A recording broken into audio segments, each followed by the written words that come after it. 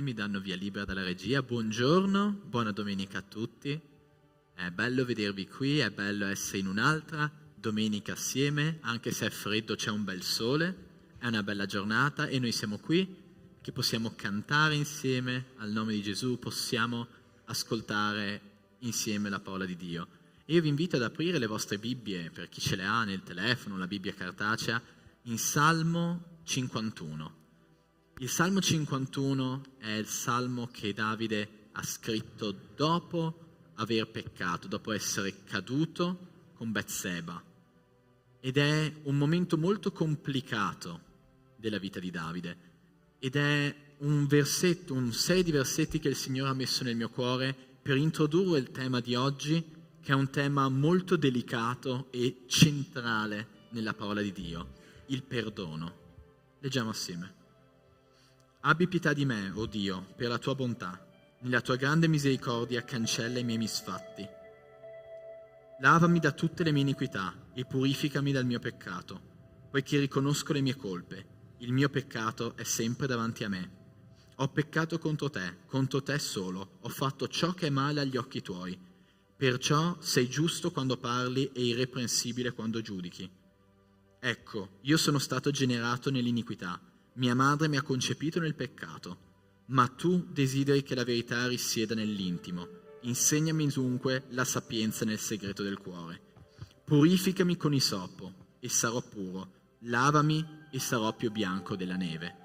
Questo è un momento disastroso per Davide. È un momento di caduta, un momento in cui lui è crollato, ha fallito. Ma che cosa dice Davide davanti al Signore? Purificami e io sarò più puro della neve.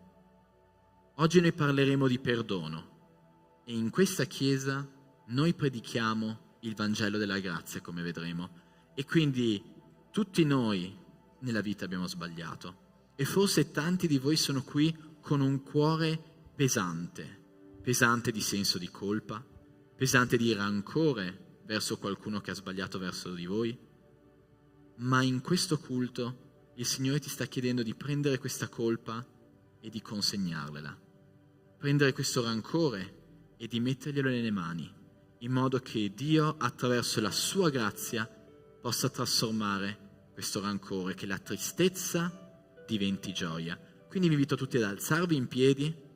Abbiamo qui il gruppo di lode che ci guiderà.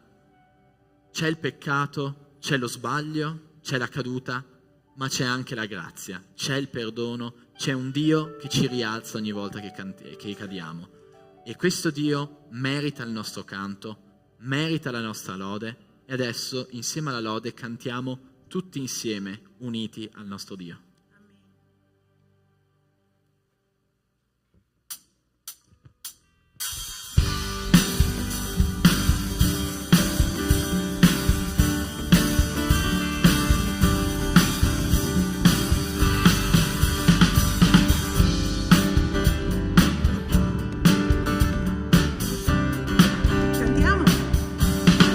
Il tuo amore è forte, stabile, non cambia, come una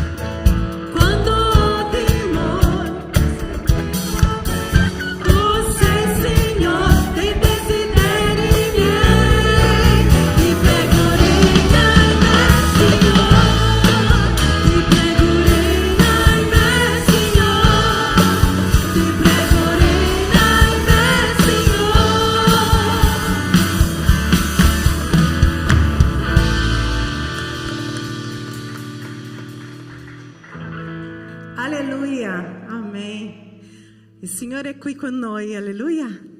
E noi siamo qui per ringraziare, celebrare, esaltare il suo nome e ricordare a Lui quello che Lui è per noi, celebrare il suo nome, la sua bontà dura in eterno. Amen.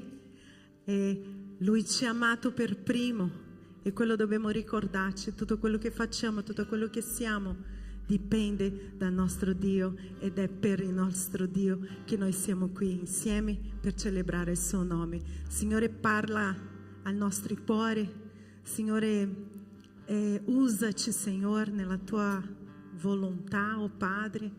E che se noi siamo qui, Signore, con un altro intento di non lodare il tuo nome, Signore, che tu possa cancellare questo da noi, oh Padre, e farci ricordare, Signore, di tutto ciò che tu sei nelle nostre vite, ricordare, Signore, tutto ciò che tu fai, tutto ciò che tu sei un Dio che è nel controllo di tutte le cose, e noi lo diamo a te, Signore, perché la tua grazia ci basta, oh Padre.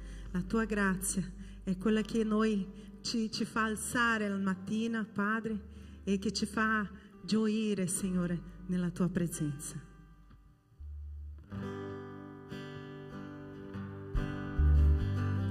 E io non so nessuno senza di te, Signore.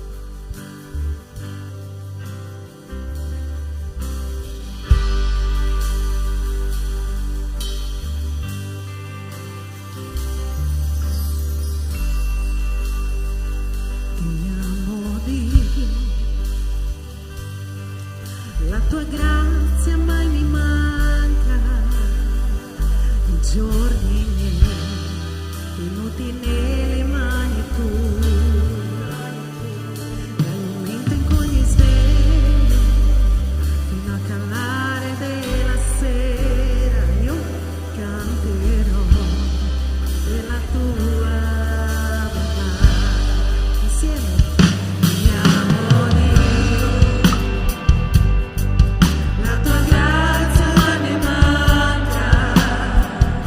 Giorni miei, venuti nelle mani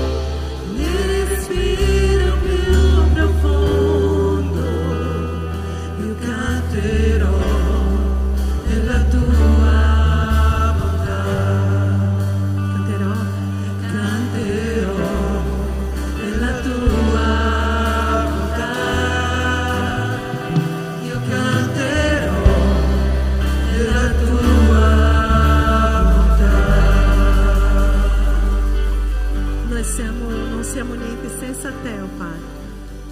Nella tua bontà mi guarda e corri verso me, perché noi non siamo niente senza te, oh Padre. Dipendiamo totalmente da te e noi chiediamo che tu possa parlare ai nostri cuori questa mattina, Signore, perché tu possa, Signore, dire quello che non è giusto, quello che non viene da te, che noi possiamo stamattina purificarci, Signore, con tuo Spirito Santo, affinché la nostra lode, Signore, possa essere arrivata al tuo trono di grazia, oh Padre. Noi siamo qui come Chiesa, Signore, come figli tuoi, e noi arrendiamoci a te, Signore, perché tu sei l'unico degno della nostra lode, l'unico degno, Signore, della nostra vita, oh Padre. E noi consegniamo la nostra vita a te, Signore, e noi chiediamo che tu possa, Signore, trasformarci, Signore, nella tua volontà, Signore, e che possiamo dare frutti, Signore, e uscire di qui questa mattina, Signore, trasparendo la tua vita in noi, Signore, facendo vedere Cristo tramite la nostra vita, oh Padre.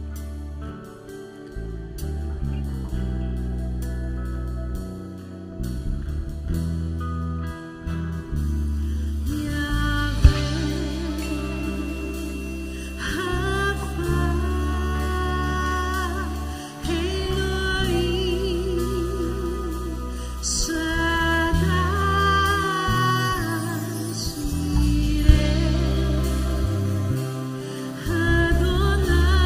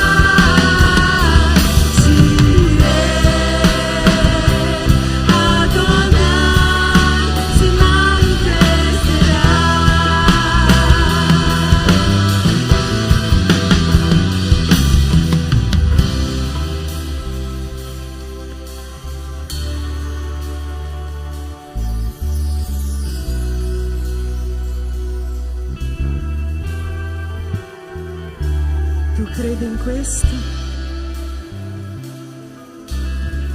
se tu credi in questo, dichiara al Signore.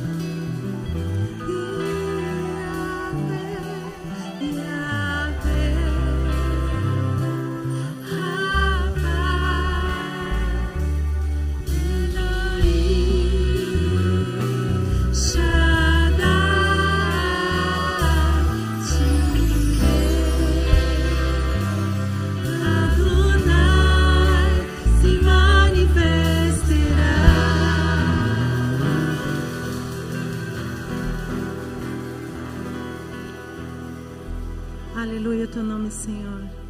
Adesso noi abbassiamo il nostro capo. In questo momento, Signore, noi arrendiamoci a te, oh Padre, perché la tua parola è ben chiara, Signore. Il Signore si è consegnato, ha dato la sua vita a noi e non si è rifiutato. Non ha peccato ed è arrivato lì in croce, Signore, perfetto, senza commettere peccato. Noi, Signore, tante volte non diamo peso, Padre, e non ricordiamoci di questo. E danno per scontato tante cose che succedono nelle nostre vite, Signore. Ma noi crediamo, Signore, in un Dio che è vivo e che è risorto nel terzo giorno e vive ed è qui con noi e che parla ai nostri cuori, Signore, tramite il suo Spirito Santo e parla alla sua Chiesa. Il Signore che ci guida, Signore, e che ci dice dove abbiamo sbagliato. E il Signore che ci dice torna indietro, rivede le tue convinzioni, rivedi tutto quanto, perché io non ti ho insegnato così. E il Signore ha dovuto fare tutto questo affinché noi avevamo la vita eterna, la vita con Lui. E se noi siamo collegati a questa vite, noi diamo frutto e noi questi frutti noi vogliamo dare, Signore. Noi vogliamo Te con noi, oh Padre. Noi vogliamo ascoltare la Tua voce, Signore. Noi vogliamo che il Tuo Spirito Santo possa trasformarci questa mattina, oh Padre. Parla dentro di noi, Signore, togli quello che non viene da Te, Signore. Perché noi non siamo degni, Signore, di essere qui, non siamo degni, è per la Tua grazia e la Tua misericordia, Signore, che noi ci svegliamo tutti i giorni, che noi andiamo a lavorare, che noi passiamo le nostre giornate e noi arrendiamo a Te, Signore. Ci arrendiamo a Te come abbiamo cantato, Padre. E parla al nostro cuore questa mattina, Signore. Che Tu possa veramente, Signore, manifestarsi, Signore, questa mattina tramite il Tuo Spirito Santo, Signore. E che noi possiamo veramente uscire di qui, Signore, trasformati, Signore, pronti a fare la Tua volontà, oh Padre. Guidaci, Signore. Parla al nostro cuore, Signore, e che Tu possa, Signore, benedire, Signore, la nostra vita tramite la vita, Signore, di Emanuele. Parla al suo cuore, Signore, e noi siamo certe, Signore, che il Signore ha già parlato. E, Signore, aiutalo a trasmettere, Signore, il tuo messaggio per noi questa mattina. Loda il Tuo nome, Signore, lodato sia il Tuo nome. Gloria e onore a Te, Signore. In nome di Gesù noi Ti lodiamo, ringraziamo a Te, oh Padre. Amen. Amen. Potete sedervi.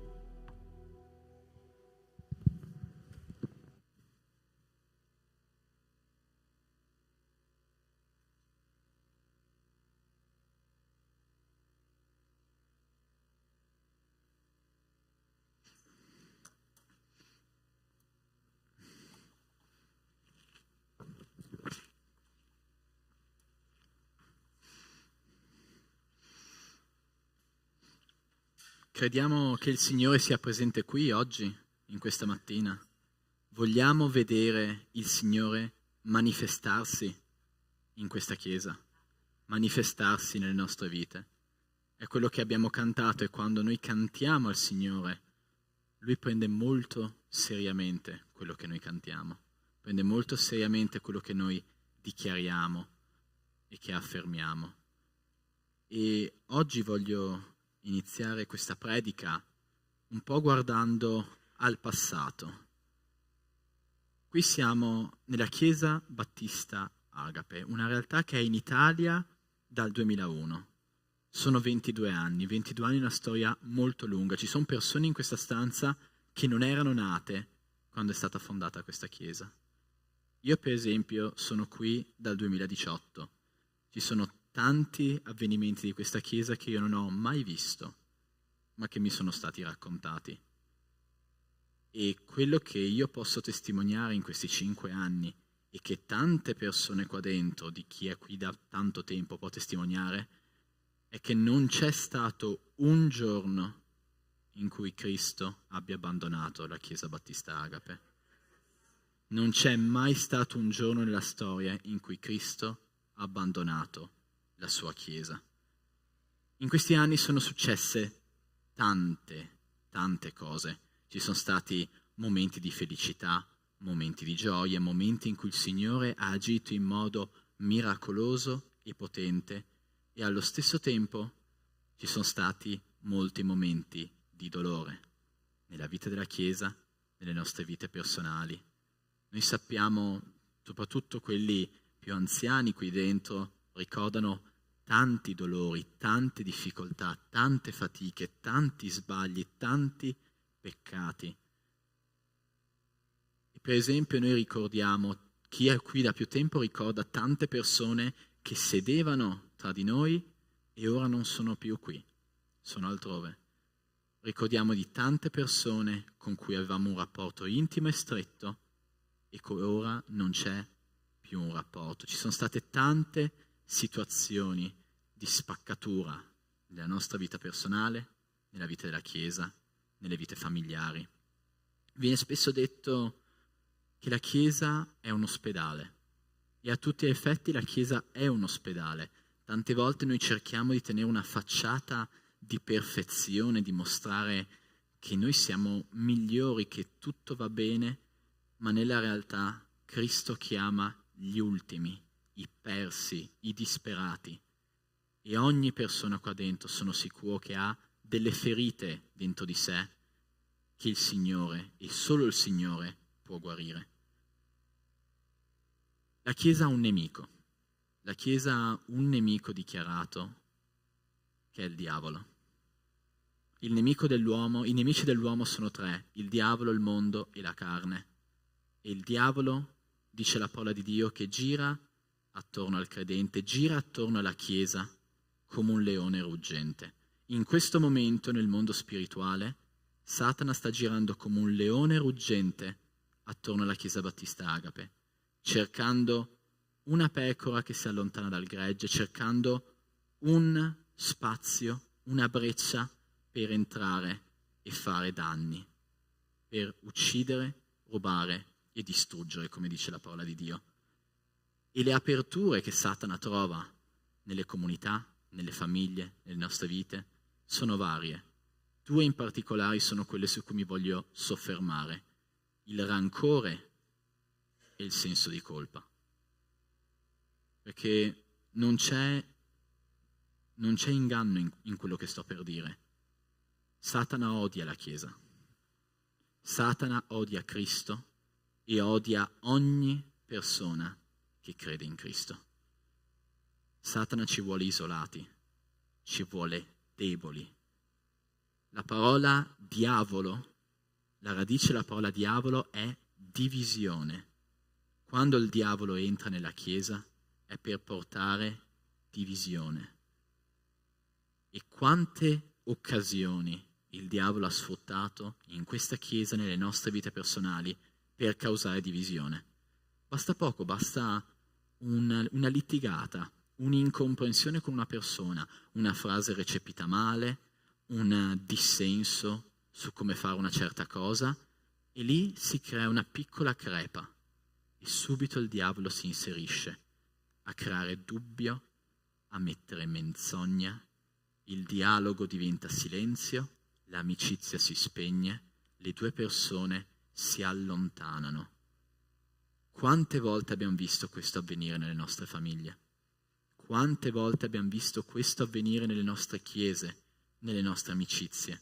Una piccola spaccatura, una piccola crepa, lasciata incustodita, non guarita, e il diavolo ha iniziato a scavarla sempre di più, finché la crepa non è diventata una spaccatura, che è diventata un burrone, un divario, che non si poteva o non si voleva più colmare. E ogni giorno nella Chiesa e nella nostra vita privata viviamo situazioni di rabbia, di irritazione, persone che sbagliano nei nostri confronti o verso le quali noi sbagliamo, e quindi rancore e quindi senso di colpa. E noi vediamo intorno a noi un mondo arrabbiato, un mondo diviso, un mondo che odia, in cui si cerca di additare le responsabilità agli altri, in cui la colpa dell'altro è più pesante della mia, o per altre persone la propria colpa personale è un macigno, un sasso pesantissimo che ci porta a fondo, che soffoca la nostra gioia, la nostra anima. Ma Gesù è molto chiaro nel dire che la Chiesa non deve e non funziona come funziona il mondo. Il mondo gira in un modo e la Chiesa gira nell'altro senso. Leggiamo che cosa dice Gesù nel Vangelo di Matteo, capitolo 18, versetto 15 e poi 21-35. Gesù dice: se tuo fratello ha peccato contro di te, va e convincilo fra te e lui solo. Se ti ascolta, avrai guadagnato un fratello. Poi Gesù continua a spiegare come gestire nella Chiesa una divisione, una litigata. E poi Pietro gli si avvicina e gli chiede: Signore, quante volte perdonerò a mio fratello se pecca contro di me? Fino a 7 volte? E Gesù a lui: non ti dico fino a 7 volte, ma fino a 70 volte 7. Perciò il regno di Dio è simile a un re che volle fare i conti con i suoi servi. Avendo cominciato a fare i conti, gli fu presentato uno che era debitore di 10.000 talenti. E poiché quello non aveva i mezzi per pagare, il suo signore comandò che fosse venduto lui con la moglie e i figli e tutto quanto aveva, e che il debito fosse pagato. Perciò il servo, gettatosi a terra, gli si prostrò davanti, dicendo: abbi pazienza con me e ti pagherò tutto. Il signore di quel servo, mosso a compassione, lo lasciò andare e gli condonò il debito. Ma quel servo, uscito, trovò uno dei suoi conservi che gli doveva 100 denari e afferratolo lo strangolava, dicendo: paga quello che devi. Perciò il conservo, gettatosi a terra, lo pregava dicendo: abbi pazienza con me e ti pagherò. Ma l'altro non volle, anzi andò e lo fece imprigionare, finché avesse pagato il debito. I suoi conservi, veduto il fatto, ne furono molto rattristati e andarono a riferire al loro signore tutto l'accaduto. Allora il suo signore lo chiamò a sé e gli disse: servo malvagio, io ti ho condonato tutto quel debito perché tu me ne supplicasti. Non dovevi anche tu aver pietà del tuo conservo come io ho avuto pietà di te? E il suo signore, adirato, lo diede in mano agli aguzzini, fino a quando non avesse pagato tutto quello che gli doveva. Così vi farà anche il Padre mio celeste, se ognuno di voi non perdona di cuore al proprio fratello. Preghiamo che il Signore ci parli questa mattina. Signore, tu ci hai perdonato in un modo che noi non possiamo capire. E questa mattina io ti prego che tu possa aprire il mio cuore e il cuore di ciascuno dei miei fratelli che sono qui e quelli che ci ascoltano da casa, Signore, affinché il senso della tua grazia ci possa essere spiegato. Ti prego, Signore, che questa parola possa arrivare nel nostro cuore e dare molto frutto, Signore, e che ciascuno di noi viva secondo la legge divina della grazia e non secondo la legge della carne, Signore. Te lo chiediamo nel nome di Gesù. Amen. il centro della nostra Chiesa, di quello che noi crediamo, che noi facciamo, che noi studiamo, predichiamo, cantiamo, il centro della cristianità, il centro della vita di ogni cristiano, si chiama Gesù Cristo. Gesù Cristo è ciò che ci differenzia da tutto il resto del mondo. È ciò che rende il cristianesimo l'unica vera religione in un mondo pieno di tantissime religioni. Perché Gesù Cristo è Dio che si è fatto uomo, è Dio che è venuto sulla terra per prendere sulle proprie spalle il peso del peccato di tutta l'umanità e preaprire una strada, l'unica strada, per riconciliarci con il Padre. Gesù Cristo dice di se stesso: io sono la via, la verità e la vita, e nessuno va al Padre se non per mezzo di me. Nessuno va al Padre se non per mezzo di Cristo. E Cristo è morto per me e per te. È morto per pagare il tuo peccato. E ora la domanda che io voglio fare, a cui Dio risponde nella sua parola, è: serve che Cristo muoia di nuovo per i miei peccati e per i tuoi peccati? È necessario che Lui si sacrifichi continuamente per pulirci dalle nostre colpe? Serve che io e te ancora paghiamo e soffriamo per la colpa dei nostri peccati? Sentiamo che cosa dice la parola di Dio nel capitolo 9 della lettera agli Ebrei. Al versetto 11 viene scritto: ma venuto Cristo, sommo sacerdote dei beni futuri, egli, attraverso un tabernacolo più grande e più perfetto, non fatto da mano d'uomo, cioè non di questa creazione, è entrato una volta per sempre nel luogo santissimo, non con sangue di capri e di vitelli, ma con il proprio sangue. Così ci ha acquistato una redenzione eterna. Una redenzione eterna. Infatti, se il sangue di capri, di tori e la cenere di una giovenca sparsa su quelli che sono contaminati li santificano, in modo da procurare la purezza della carne, quanto più il sangue di Cristo, che mediante lo Spirito Eterno offrì se stesso, puro di ogni colpa a Dio, purificherà la nostra coscienza dalle opere morte per servire il Dio vivente. Al versetto 22, infatti, viene spiegato: secondo la legge, quasi ogni cosa è purificata con sangue, e senza spargimento di sangue non c'è perdono. Cristo è morto una volta per tutte. Una sola volta, per acquistare a chi crede una redenzione eterna. E questo è fondamentale che noi lo capiamo, perché sulla croce Gesù ha affermato una parola che in greco si traduce con tetelestai, che vuol dire è compiuto. Tutto è pagato pienamente. Ogni peccato è già stato perdonato. Questa è la grazia di Dio, questo è il nucleo, il centro della fede cristiana. Tutto è già stato pagato in un unico sacrificio perfetto.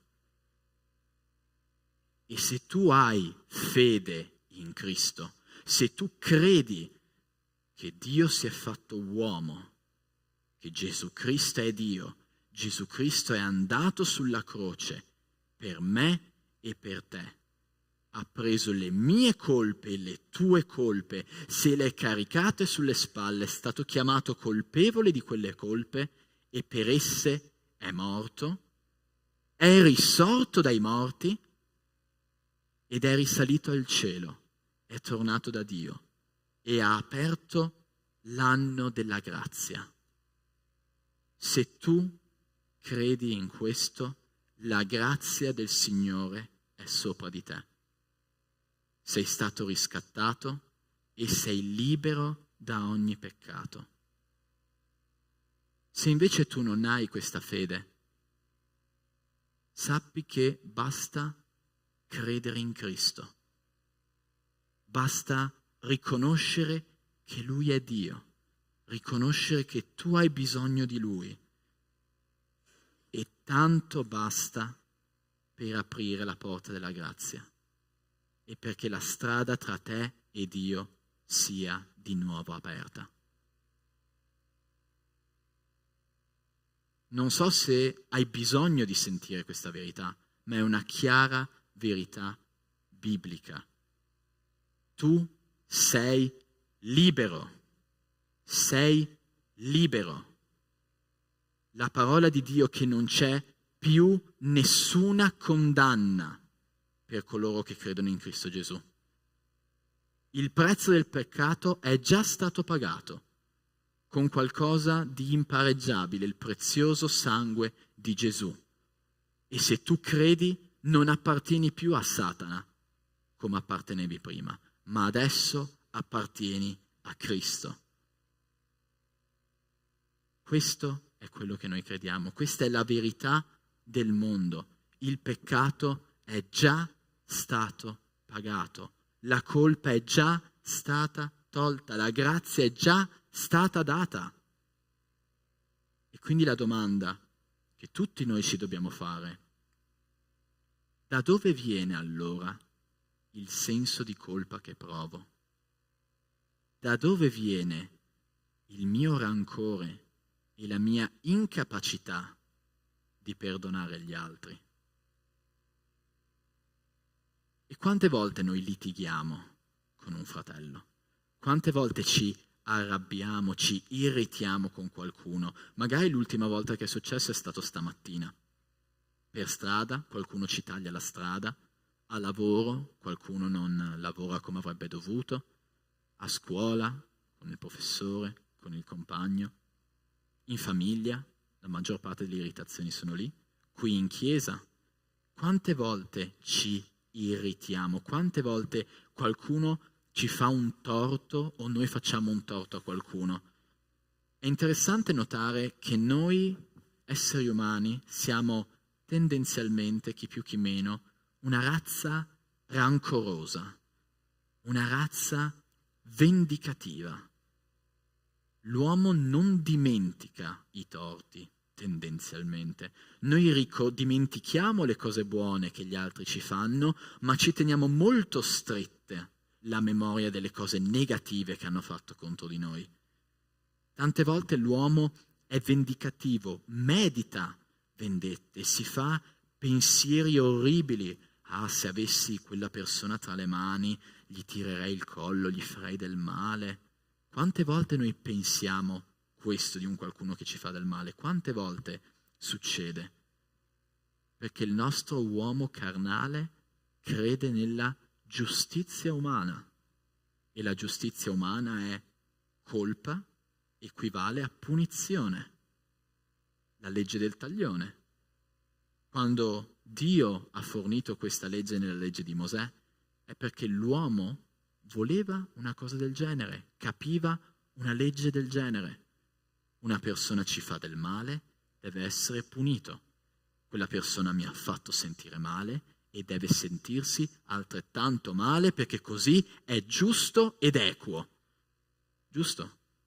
Quante volte pensiamo così? Quante volte noi pensiamo che chi ci fa del male deve soffrire, deve pagare? Quante volte noi diamo un peso enorme agli sbagli degli altri, perché hanno avuto l'arroganza, l'ardire di fare un torto a me. Come si è permesso di fare un torto a me? O al contrario, quante volte ci schiaccia il senso di colpa? Ah, io proprio io ho commesso questo sbaglio, io che conosco questo sbaglio, io che dovrei essere perfetto. Un cristiano non può sbagliare, giusto? Quale cristiano peccherebbe? Non possiamo peccare, un cristiano non pecca. Se tu stai peccando sei nell'errore, devi nasconderti. Questo non è un pensiero che viene da Dio. Questo senso di colpa non viene da Dio. Il senso di colpa non ha posto nella vita del cristiano, perché tutto è già stato pagato.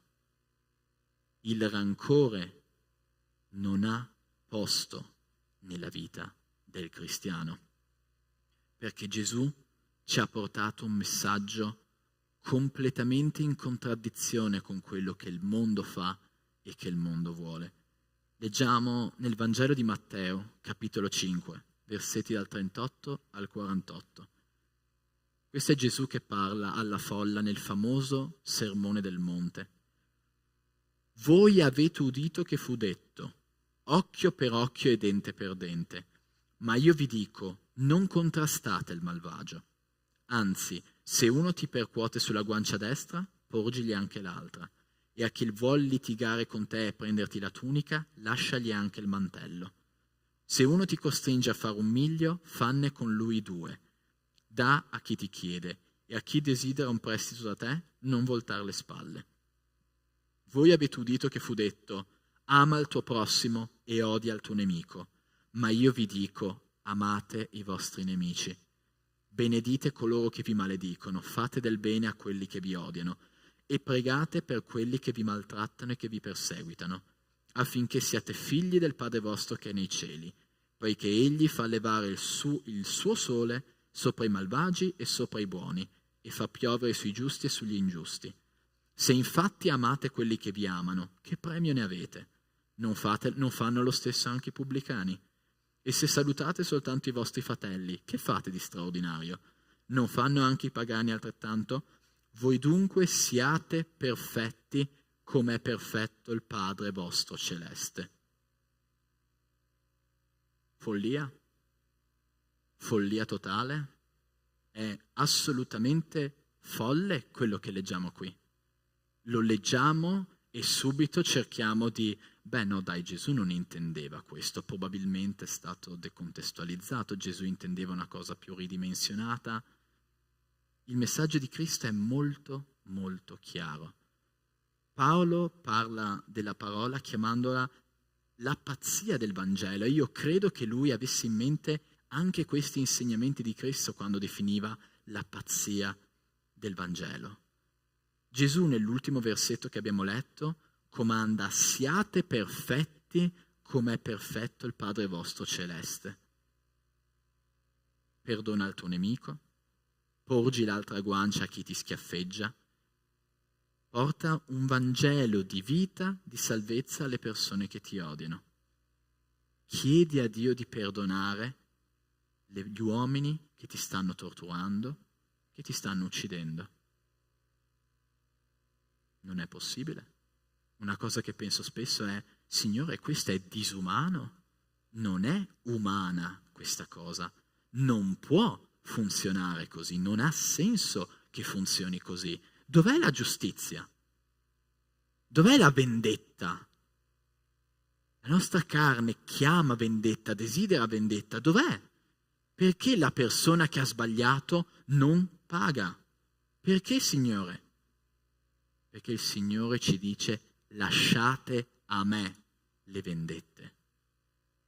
Il Signore è il giudice supremo e il giudizio spetta soltanto a Lui e non a noi. Ma resta il fatto che quel passaggio è impossibile per noi. Come può chiederci Gesù un perdono simile? Come Gesù può chiederci siate perfetti come il Padre vostro? Cioè l'intero Antico Testamento, la legge di Mosè ci insegna che non è possibile, che l'uomo cerca di seguire la legge e fallisce, l'uomo cerca di fare il bene e fa il male. Come possiamo noi essere perfetti come il Padre. Dio ci risponde nella lettera ai Galati, capitolo 2, versetto 20, in cui Paolo scrive: «Sono stato crocifisso con Cristo. Non sono più io che vivo, ma Cristo vive in me. La vita che ora vivo nella carne, la vivo nella fede nel Figlio di Dio, il quale mi ha amato e ha dato se stesso per me». Questo è un punto fondamentale della vita cristiana, il principio della sostituzione. La sostituzione, non sono più io che vivo, ma è Cristo che vive in me. Crediamo in questo, Chiesa. È Cristo che vive in me. E Cristo può perdonare in quel modo. Cristo può porgere l'altra guancia. Io no, io non lo so fare, io sono rancoroso e voglio la vendetta. Ma Cristo che è in me sa fare questo, sa perdonare, sa avere una grazia che per l'essere umano è impossibile. E adesso io ti voglio chiedere, dov'è la colpa? Dov'è la tua colpa? Quale condanna è ancora su di te? Chi ti condanna? Dove sono gli accusatori? Perché la parola di Dio dice che non c'è più colpa. Non c'è più colpa. Per grazia di Dio tu sei perdonato. Sei una nuova creatura, santa, redenta, pura agli occhi del Signore. Credi in questo di te stesso? Lo credi? Questa è l'opera che Cristo ha fatto in te. Questa è l'opera che Cristo fa ogni giorno nella vita della Chiesa Battista Agape. Ed è l'opera che Lui vuole fare attraverso la tua vita nella vita di chi è fuori. E ancora io ti chiedo, dove sono le colpe degli altri? Quel fratello che ti ha ferito, che ti ha mancato di rispetto, quel fratello con cui hai litigato, quella persona che ti ha fatto del male, quel tuo familiare con cui non parli più, l'amico, l'ex moroso, l'ex marito, la ex moglie, quella persona che è vicino a te ma verso cui hai rabbia, che hai messo un muro tra te e quella persona. Dov'è la colpa di quella persona? Se vi ricordate, abbiamo aperto questa predica con una parabola di Cristo. I 10.000 talenti sono stati abbonati. 10.000 talenti oggi, non mi ricordo esattamente la scala, sono milioni o miliardi di euro contro 100 denari. Il Signore ti sta ricordando stamattina: io ti ho perdonato l'imperdonabile e ora tu, attraverso di me, puoi perdonare il piccolo debito che il tuo fratello ha verso di te.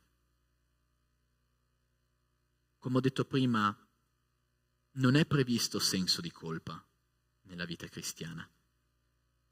Quando noi pecchiamo, il peccato rattrista lo Spirito Santo, che si agita in noi e punge la nostra coscienza, ci fa sentire che qualcosa non va, che qualcosa deve essere sistemato. Lo Spirito Santo chiede che noi ci ravvediamo, cioè che noi cambiamo strada e soprattutto che confessiamo il nostro peccato. Quante volte dopo un peccato senti la voce: ehi, è successo, ma non facciamo pubblicità a questa cosa, eh? È successa, non è morto nessuno, lo mettiamo qua, ci mettiamo un telo sopra. Come nuovo, non è successo niente. Nella parola di Dio Gesù dice che le cose nascoste saranno rivelate.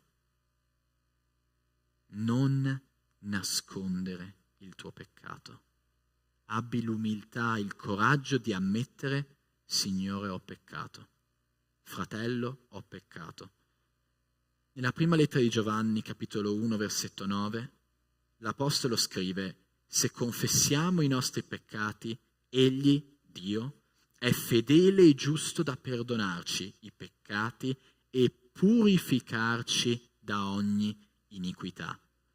L'Apostolo Giacomo nella sua lettera, capitolo 5, versetto 16, scrive: confessate dunque i vostri peccati gli uni agli altri. Gli uni agli altri. Pregate gli uni per gli altri affinché siate guariti. La preghiera del giusto ha una grande efficacia. Hai peccato? Che cosa devi fare? Come ha fatto Davide? Buttati in ginocchio di fronte a Dio, confessa il tuo peccato, con un cuore pentito, un cuore che si umilia e che dice: Signore, io voglio tornare da te, io voglio un rapporto con te, io ti chiedo perdono, perché questo peccato non me ne so sbarazzare da solo e solo tu lo puoi togliere. La confessione ci porta alla guarigione. Confessatevi gli uni agli altri. Hai peccato contro un fratello? Confessaglielo. Chiedigli perdono. Il Signore non ci promette solo il perdono, promette guarigione. Quel peccato, quel tumore che abbiamo avuto nella nostra anima per anni, per mesi, viene finalmente tolto e la ferita viene guarita. Il Signore ci dice di più nella lettera a Giovanni: quando noi confessiamo i nostri peccati a Dio, Lui ci purifica da ogni iniquità. Dio ti fa nuovo, quel peccato viene ripulito, ti restaura esattamente a com'eri prima di peccare. Tornando al sermone sul monte, nel capitolo 5 di Matteo, Gesù dice: se dunque tu stai per offrire la tua offerta sull'altare e lì ti ricordi che tuo fratello ha qualcosa contro di te, lascia lì la tua offerta davanti all'altare e va prima a riconciliarti con tuo fratello. Poi vieni a offrire la tua offerta. Fratelli, abbiate il coraggio e l'umiltà di chiedere perdono. Io ho testimonianze di prima mano, viste con i miei occhi, di persone che erano dalla parte della ragione, umanamente parlando, ma sono andate per prime e hanno detto: fratello, sorella, io ho peccato contro di te, io ho sbagliato, anche se umanamente stavano aspettando le scuse, erano lì, orgogliose come un re che attende che la persona venga in ginocchio a chiedere perdono. Ma no, quelle persone sono scese dalla loro superbia, sono andate dalla persona che le aveva ferite a dire: io ho sbagliato verso di te e ti chiedo perdono per quelli che sono i miei sbagli. Tante volte l'altra persona non ammette la sua colpa, ma io vi posso garantire, lo dice la parola di Dio e l'ho visto, e se chiedete qui in chiesa ci saranno tante testimonianze di questo: chi confessa il proprio peccato è libero, perché Dio lo libera. L'altra persona non confessa il suo, poco importa, è tra quella persona e Dio la cosa. Ma se tu confessi il tuo peccato, il tuo sbaglio, se tu cerchi la riconciliazione, la pace di Dio sarà in te. E non c'è nulla di grande e magnifico come la pace di Dio. Non nascondere la tua colpa, non coprirla, mettila di fronte a Dio, esponila al fratello verso quale hai sbagliato. Permetti a Dio di guarirti con il potere della riconciliazione. La grazia di Dio ha pagato tutto, tutto, e non c'è nessun peccato, nessuna caduta che ti può strappare dalla grazia di Dio. Torna a Gesù, torna a Cristo, confessa i tuoi peccati. Hai peccato contro un fratello? Confessalo. Un fratello ha peccato contro di te? Va e confrontalo. Nel silenzio, nell'allontanamento, la Chiesa si spacca e nelle spaccature Satana entra. Vogliamo che Satana sia libero di operare qua dentro? Lo vogliamo? E allora dobbiamo perdonare e amare i nostri fratelli. Nel Matteo capitolo 6 Gesù dice: perché se voi perdonate agli uomini le loro colpe, il Padre vostro celeste perdonerà anche voi. Ma se voi non perdonate agli uomini, neppure il Padre vostro perdonerà le vostre colpe.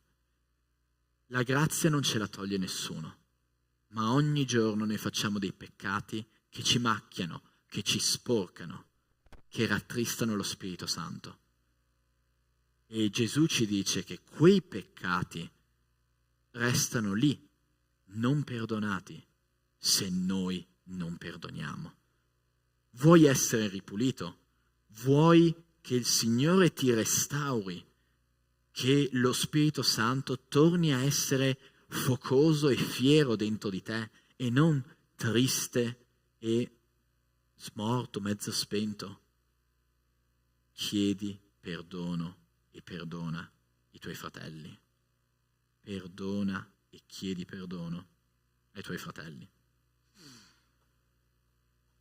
Non è un messaggio semplice da portare e non è un messaggio semplice da ricevere, perché il mondo gira in un modo e alla nostra carne piace come gira il mondo.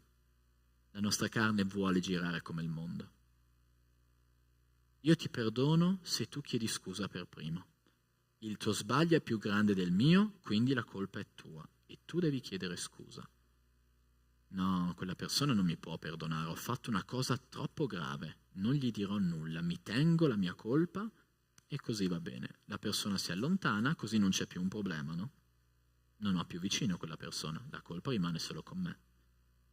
Tutti questi pensieri sono alieni da Dio. Dio non ragiona così. La parola di Dio è molto, molto chiara su come funziona il perdono.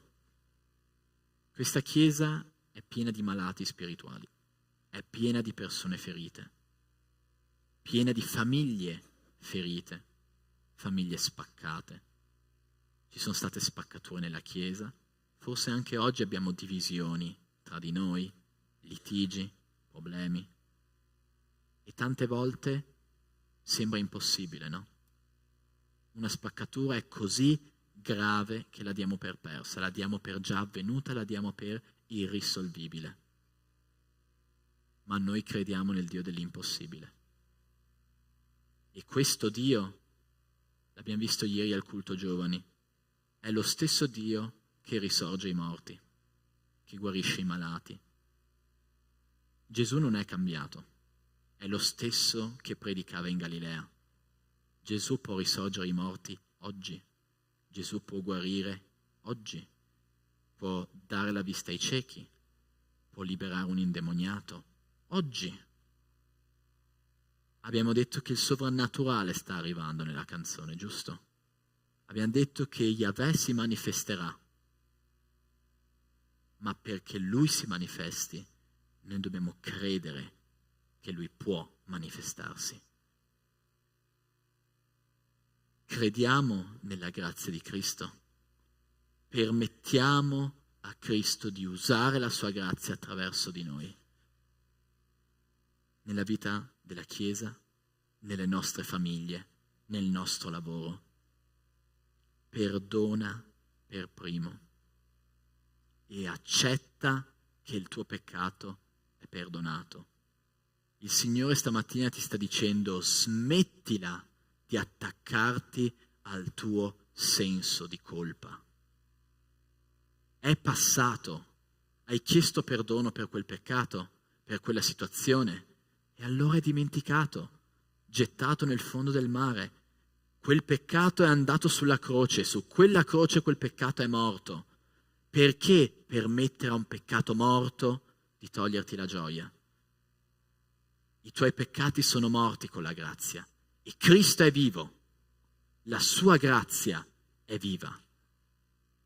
Diventa uno strumento di grazia, diventa uno strumento del Vangelo, perché è questo che cambia la vita delle persone. Ti chiameranno pazzo, sì, ti insulteranno, diranno che credi in un'idiozia, diranno che la Bibbia è stupida, che è inconcludente, diranno un sacco di cattiverie sulla Bibbia.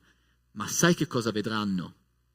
Vedranno il tuo perdono, vedranno la tua grazia, perché colpisce nel mondo la grazia di Gesù.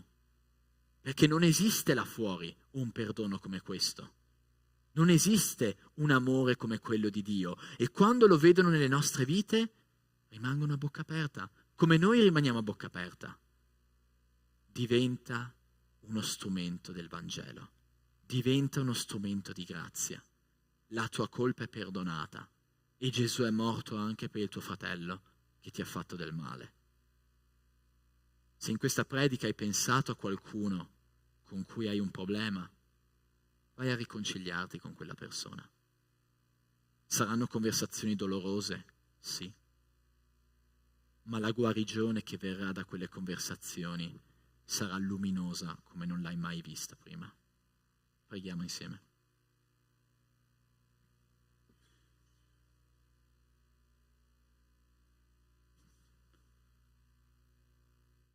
Signore, noi siamo salvati per grazia, mediante la fede, e questo non viene da noi, ma è un dono di Dio. Così dice la tua parola. Tu hai salvato noi, tu vuoi salvare l'umanità intera. Sei andato sulla croce per tutta l'umanità.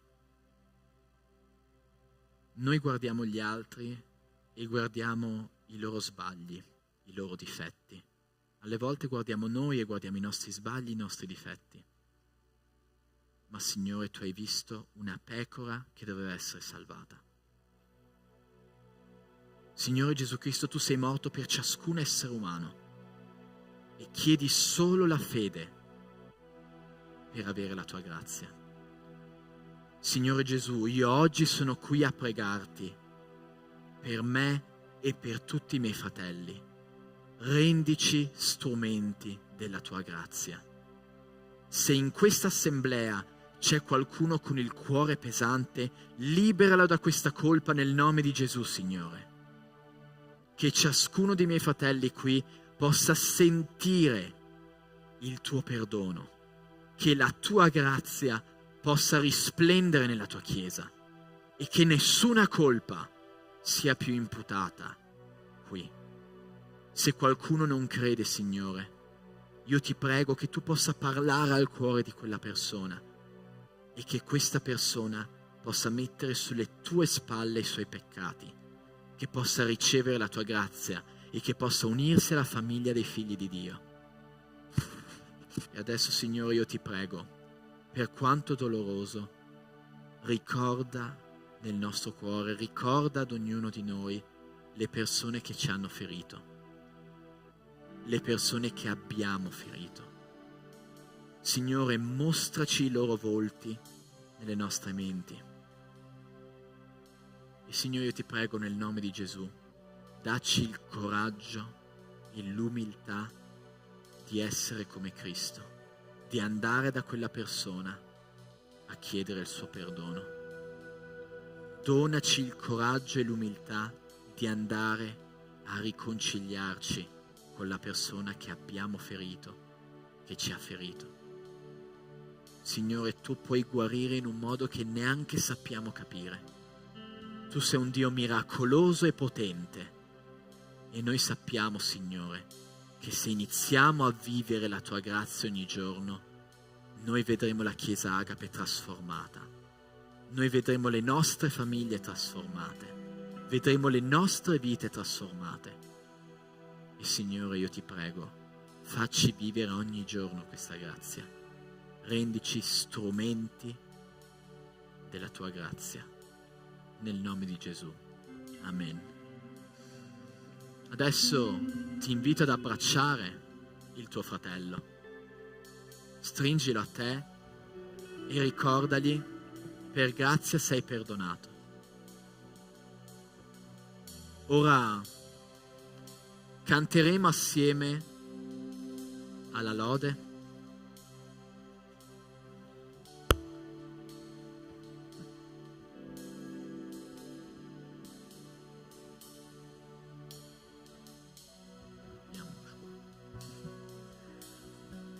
Ora canteremo insieme alla lode.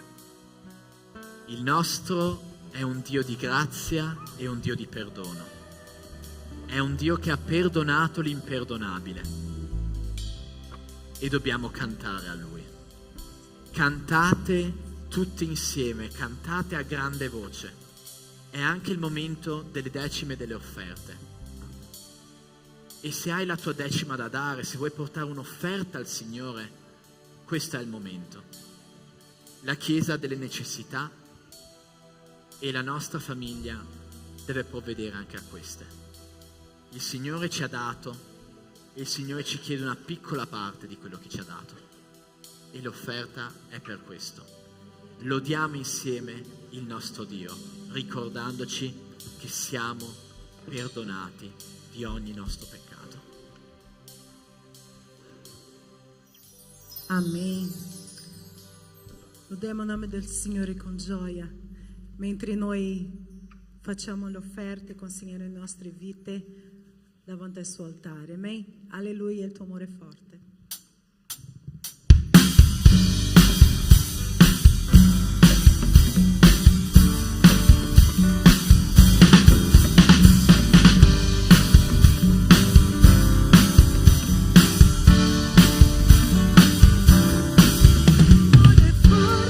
Stabile non cambia, come una montagna, su cui fermo sto.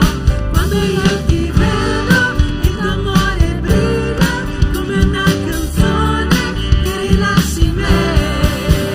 Alleluia, alleluia, alleluia, anche in mezzo a noi. Alleluia,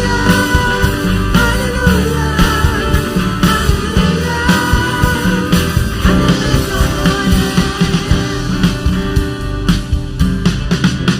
L'amore cresce ed è sorprendente, come questa gioia sale dentro me. Il tuo amore agisce come un mistero che mi porta in alto, libero mi fa. Alleluia, alleluia, alleluia. Anche nel tuo amore. Alleluia,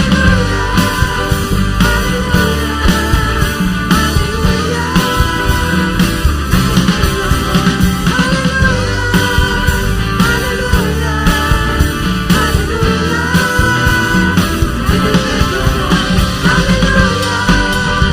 alleluia.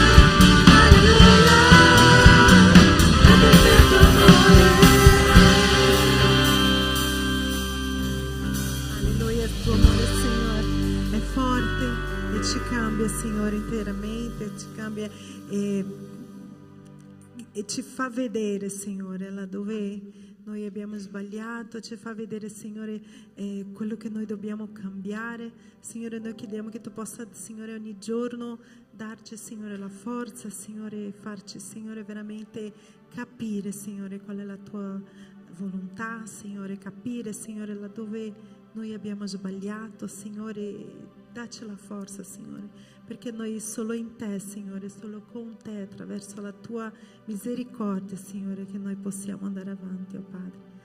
Signore, ti ringraziamo per le offerte, ti ringraziamo per le decime, possa, Signore, versare, Signore, su tutte queste persone, Signore, la tua bontà, Signore, le tue benedizioni, Signore. Grazie per tutto ciò, grazie per la tua parola, Signore, che noi possiamo veramente uscire di qui trasformati questa mattina.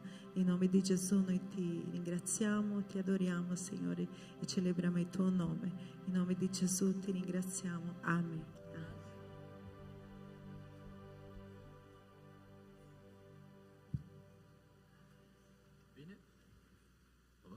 Prova. Ok. Momento degli avvisi. Beh, l'avviso più importante è la grazia, quindi quello è stato detto ed è a posto. Ora, passando ad avvisi un po' meno importanti, ma comunque super importanti. Per cominciare, che è stato detto ieri, abbiamo vari ministeri in questa chiesa. Qua avete visto la lode, molto scenica, perché è frontale davanti a noi, ma se vi girate là in fondo vedete una serie di persone di strumentistica molto affascinante che io non capisco appieno, che serve a far funzionare bene la lode, la proiezione e tutto il resto.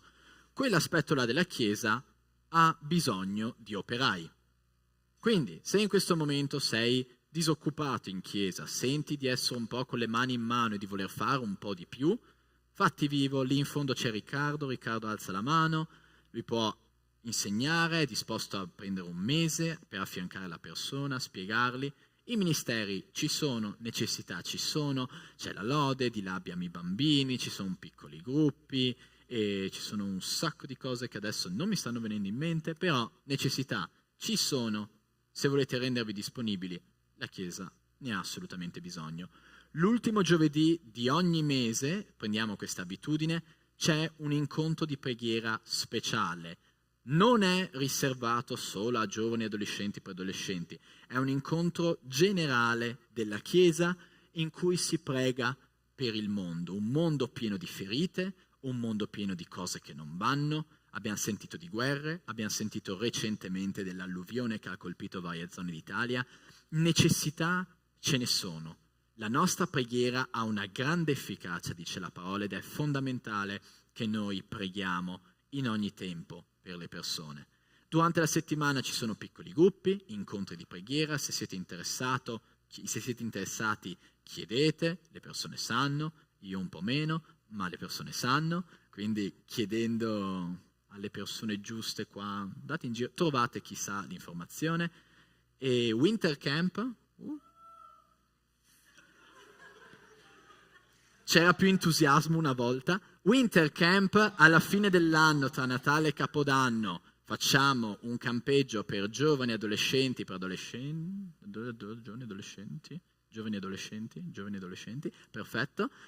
E le iscrizioni sono aperte, il riferimento è lì, Gabriel, sulla mano, questo è il riferimento, scrivetegli, parlategli, mandategli una lettera, un gufo, qualunque cosa, parlategli.